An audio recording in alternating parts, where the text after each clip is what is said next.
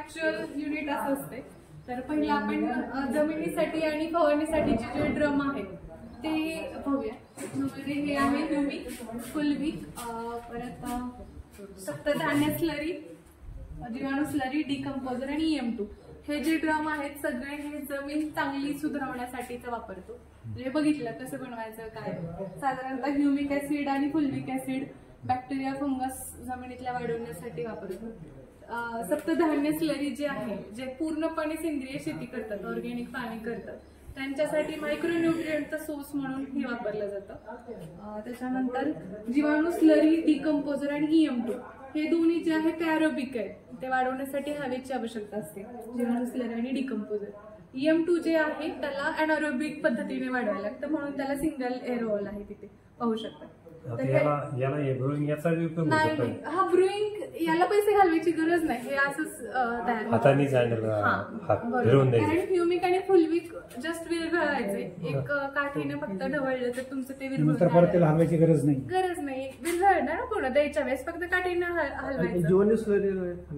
जीवाणू जी स्लरी आहे ती पण आपल्याला हलवायची, दिवसभरातून एकदा हलवलं तरी चालतं. हा नाही, हे EM सप्तधान्य स्लरी आहे, ह्याला एअरवॉल असतो इथे असा. ते आता सध्या बंद केलेला आहे, पण त्याला एअरवॉल आहे, त्याला हवेची गरज नाही. हो, फक्त आपला जीवाणू EM जिथं आलंय ना तर तिथे आपल्याला एअरवॉल बसवायचा आहे. जिथं EM नाहीये तर त्याला कुठेच हवा द्यायची गरज नाही. कुठलं बॉटल मध्ये ते सोडलेलं, नदी सोडलेली बॉटल मध्ये नदी सोडली वरून एअरसाठी.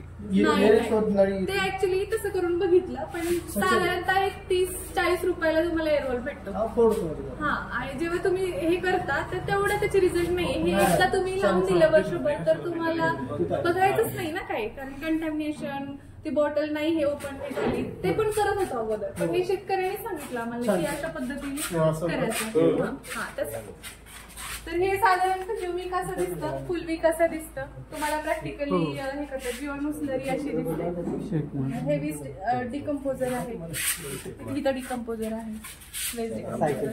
तर हे सगळे जमिनीसाठीचे आहेत. ह्युमिक, फुलविक, सप्तधान्य स्लरी, जीवाणू स्लरी, डिकम्पोजर आणि EM2 हे जमीन चांगली करण्यासाठी. आणि इथून पुढे जे आहे ते फवारणीसाठीचे ड्रम. त्याच्यामध्ये दशपर्णी, आमील, वेमील, मांसाहार, खेकडा, फळार हे सगळे जे आहे ते फवारण्यासाठी. बघू शकता तुम्ही की साधारणतः EM2 तयार झाला असं दिसतं. त्याचा वास घेऊन बघा, आंबट गोड वास येतो याचा. दशपर्णीचा असा येतो, जेव्हा आपण फवारतो त्यावेळेस बघा जर पाण्यात केला असेल तर सडल्याचा वास येतो, त्याचं तुम्ही बघू शकता. आमील अर्क असं दिसतं. आले मिरची लसूण, वेखंड मिरची लसूण अर्क असा दिसतं एक्स्ट्रॅक्ट केल्यानंतर. नंतर हा EM देशी केल्प आहे, जे टॉनिक म्हणून वापरतो आपण, त्याचा असा आहे. फळार्क जो आहे तो असा आहे, जे वेस्ट